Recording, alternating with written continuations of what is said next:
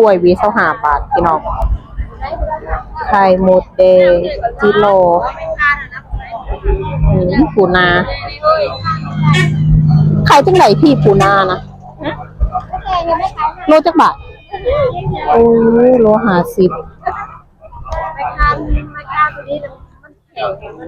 อึ่งเผาเขียดน้อย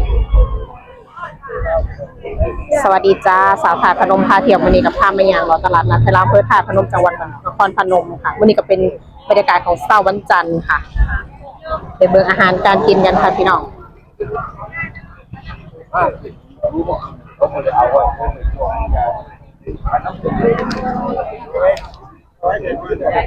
ของขายผักสดลูกพวกสดๆเลยพี่น้องกล่องจักบาทนี่แม่กล่องละ50เพิ่นเด็ดให้ใหม่ๆสดๆเลยค่ะลูกพวก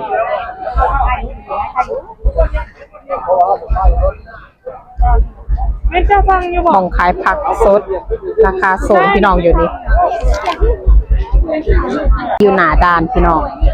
ตรงนี้ก็จะขายพวกผลไม้อะโวคาโดมักตาล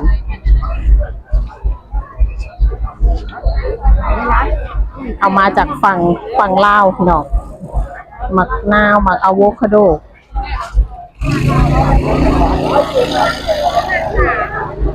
เล็กแข็ง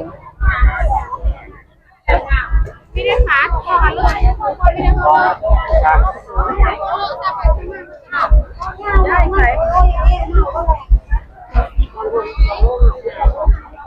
ขายขนาดต้มมาต้มขนมพี่น้องร้าน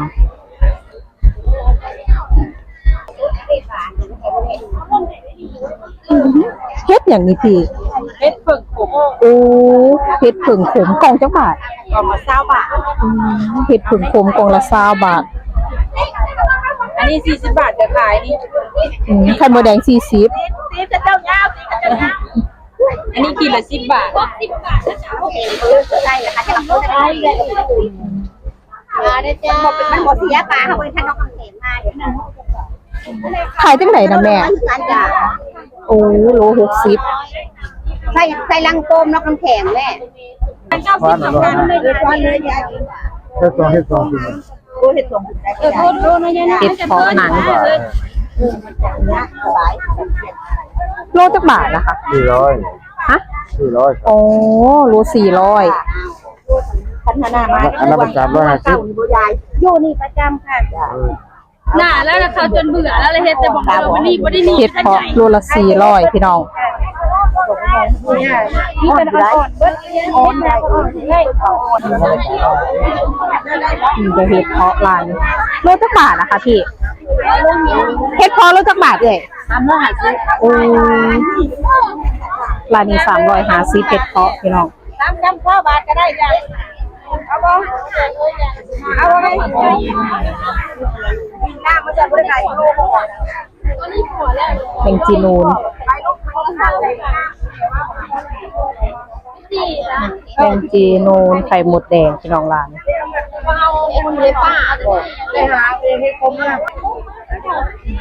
ตัวใหญ่ๆเลยพี่น้องขายจังไดอะพี่โอ้โลละ30กดไข่มดแดง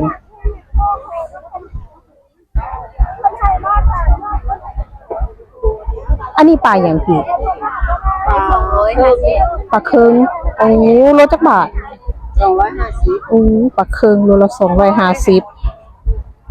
18ราคาส่งตัวใหญ่ๆเลยค่ะ80ราคาส่งยังว่าไข่มดแดงก็มีถ้าละ100ถ้าบ่เฮ็ดเนาะ100เนี่ยละ100จ้ะ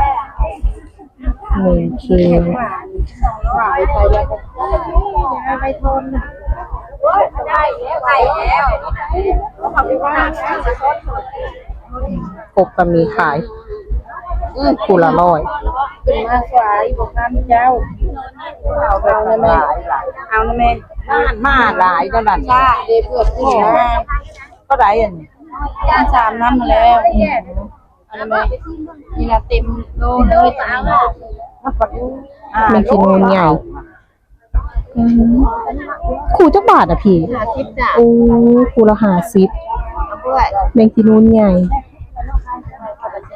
แล้วก็ซื้อบ่ดิ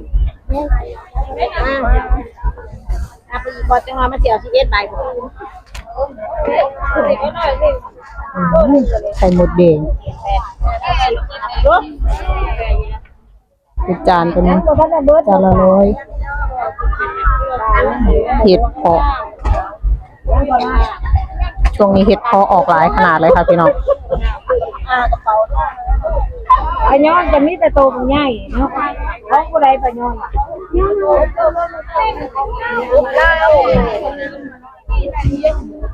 ปลายอน มันจะลาย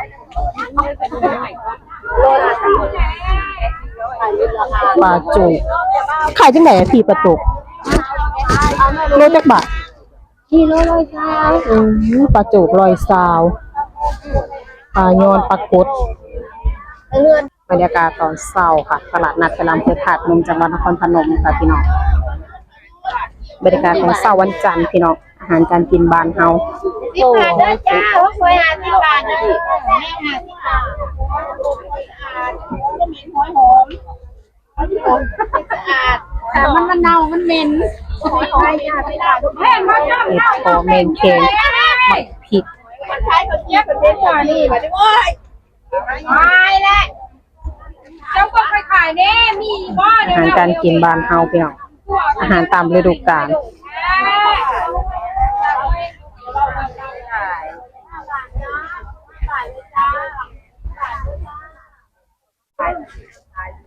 ผักหวานกล่องละ20เห็ดผึ่งก็มีขายกล่องจักบาทนะแม่เห็ดผึ่งกล่องละ100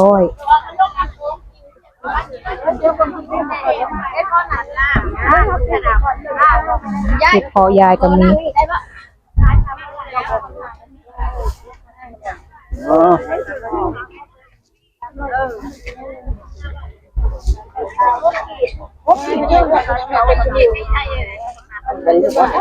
ข้าหัวกับบุหรี่ช่วยช่วย ไข่มดแดงแมงเหลือง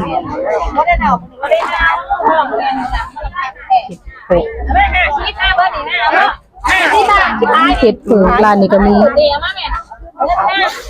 เห็ดผึ่งงามๆเลยพี่น้องแมงเค็งกล่องละ100แมงเค็ง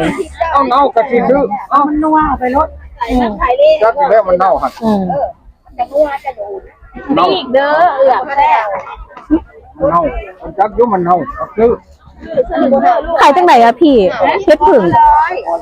กล่องละ100 เอาซื้อซอยนะแม่ก็มาเลยใส่โทษเด้อต้มกัน50 บาทจ้า3ถุง100นี่ขนุนน่ะขายเลย3ถุง150ปีที่ราคาเลยจ้าสวยๆเลยจ้า50 ไก่เป็ด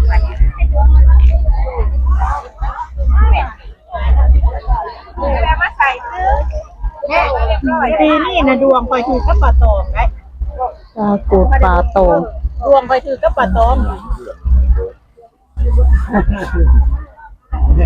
ปลายอนกล่องละ100 โอ้ยเอาเลย จิโลของจักบาทอะพี่ ความที่ซิป 40 บาท เอาไปโน่นหรือว่าจะเอาเปลือกใส่เซ่ไว้ประมาณที่เปื่อยเนาะ เห็ดเพาะแต่จักบาทเห็ดเพาะจานละ100พี่น้อง ตัวนึงพอดีผมไปหาร้อยเดี๋ยวเอาน้ำใส่แท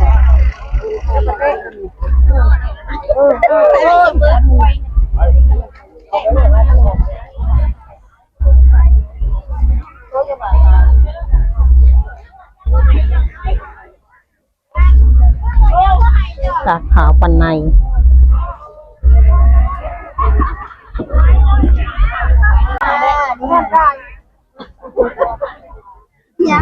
มัดเลย โอ้อันนี้3 หมัด100บ่แม่ 3 มัดเลยนี่ก็เอารวมกันได้ อืม แต่อันนี้80มัดละอืม80 2 มัด150เอาไปผูกก็ได้นะข้อน่ะเป็นปลือเอาบ่ไก่ให้คน20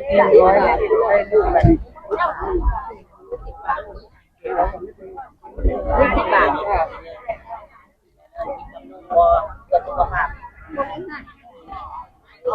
เมงแข็งพี่น้องกล่องละ100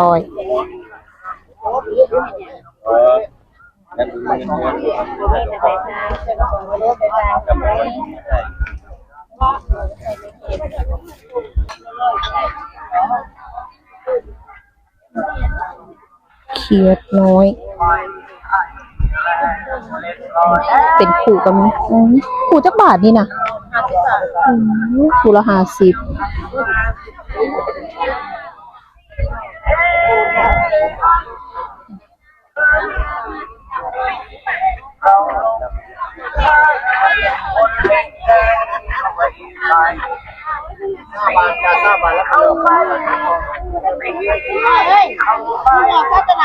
หัวหวาย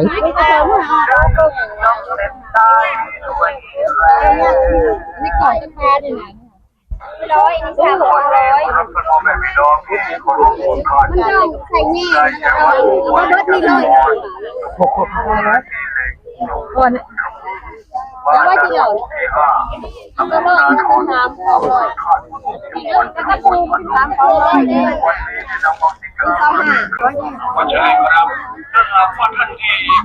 อึ่งเผาโล200พี่น้องหวายมัด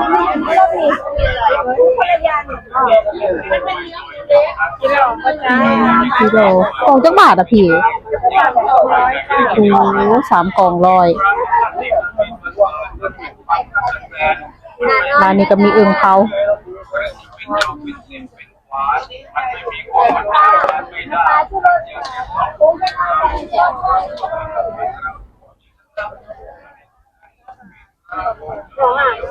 เห็ดบด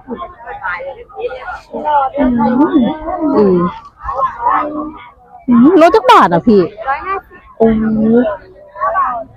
โล150พี่น้องอึ่งเผา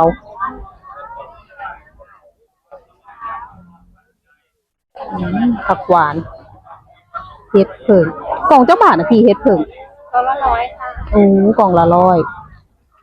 เห็ดขอน้อยอันนี้กล่องจักบาทอ่ะพี่50 บาทโอ้เอากล่องนึงเอาให้แน่กล่องนึงกล่องใดก็ได้พี่เอาเลย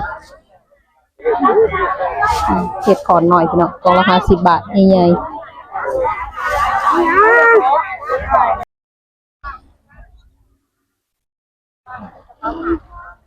กุ๊ก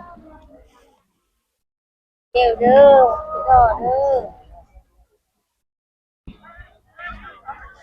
กิโลเด้อกล่องละ9 บาทพี่รอกล่องละ20ดอกกระเจียวกล่องจักบาทน่ะแม่กล่องละ9 บาทโอ้คือเดียวกระเจียวละ20 บาท3 กล่อง50พี่รอกับกล่องละ20 บาทกันละโลละ30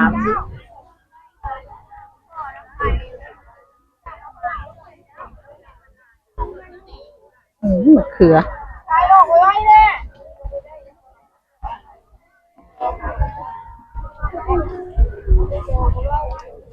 เป็นไงเกิดแล้วนะ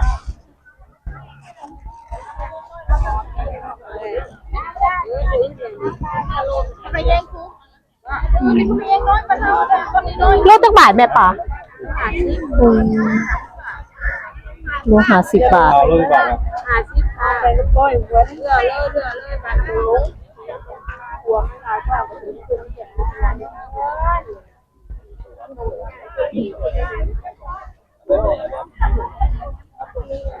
็บกบอีกบดผักหวาน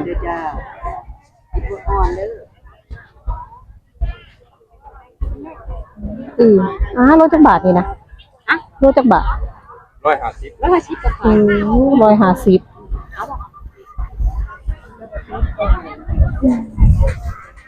เอาบ่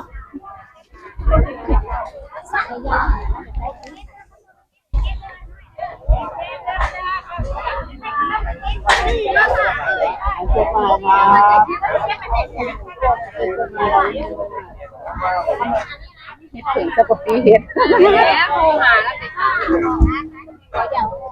เห็ดผึ่งแมงแคงผักหวานนี่พี่น้อง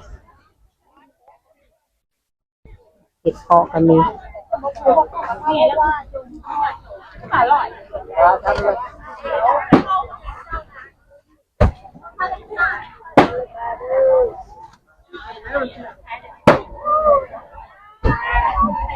เองรวม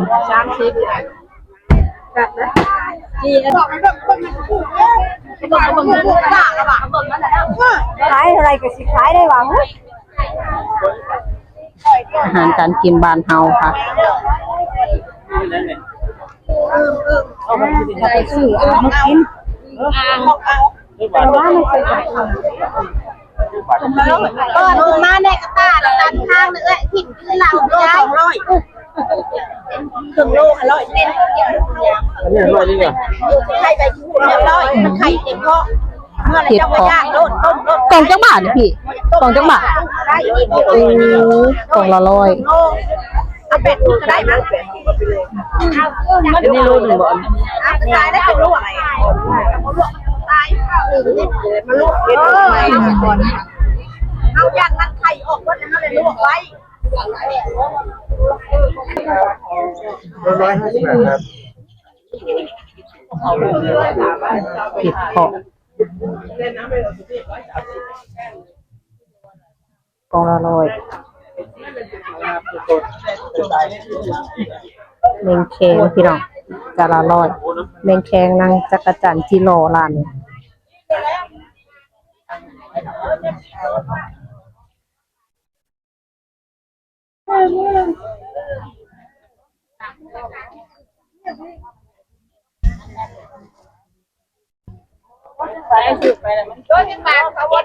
70จ้า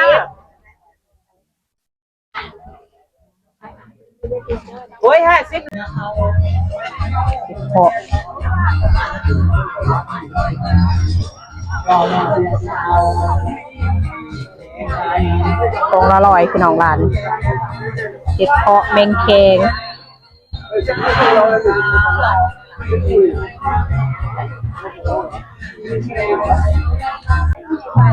โลละ100ตาจูกปลาน้ำโขง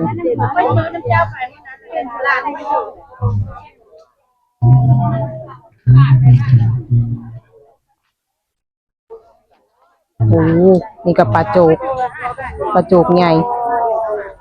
เล็กขึ้นได้เลย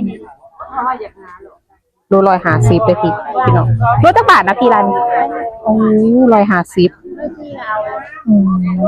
ตัวใหญ่เนาะ150 บาทปลาโจกปลาตองขายจังไดนะแม่ปลาตอง120ปลาในไข่โลละ70 บาทพี่น้องตัวใหญ่ๆเลย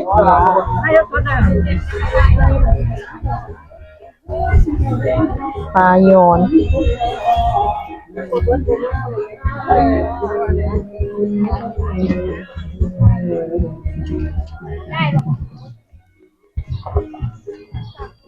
เห็ดเพาะโลจักบาทนะพี่เห็ดเพาะ380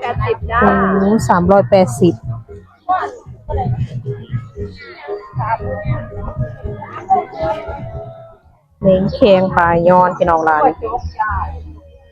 ผักหวานไป500ว่าน่ะจะไหวไว้เยันคือหมด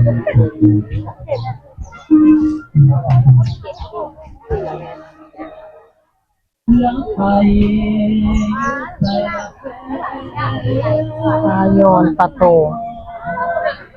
ปลายอนกล่องละ100ได้ดิกล่องจักบาทนะแม่ปลาโอ้กล่องละ100ใส่ขีเรียบร้อยปลาเนื้ออ่อน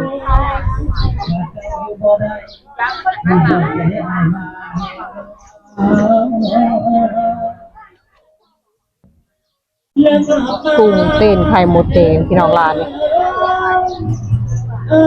เฮ็ดเพิ่งกล่องจักบาทเนี่ยเฮ็ดเพิ่งอ่ะพี่ ต้องใหญ่200จ้ะ โอ้กล่องใหญ่200กล่องน้อย100นึงอันนี้เฮ็ดหยังไงพี่แดงๆ เพิ่มจ้ะ เฮ็ดเพิ่งอ๋อ เพิ่มแดง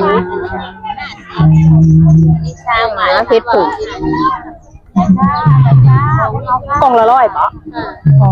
กล่องละ100พี่น้องอันนี้ก็เฮ็ดเพิ่ง จ้าคือ อันนี้ก็เฮ็ดเพิ่งโขมกล่องละ100กัน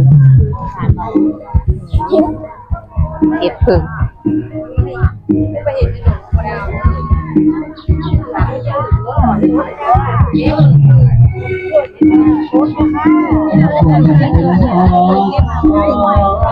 ลูกพวกกบกล่องละ100ปิดแล้วเรียบร้อยพี่น้อง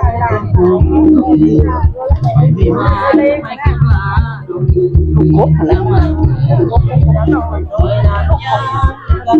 ยอนกบเป็ด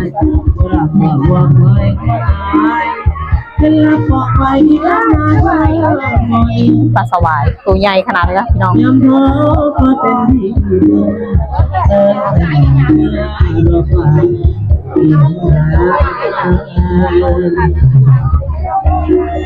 ผักหวานกระเฮ็ด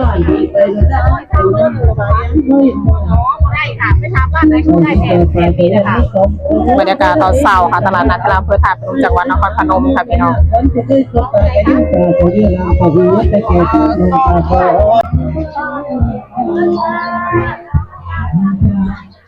บรรยากาศตอนเช้าค่ะตลาดนัดกลางอำเภอถาดพนมจังหวัดนครพนมค่ะพี่น้องมาเที่ยวมาเบิ่งกันได้เลยจ้า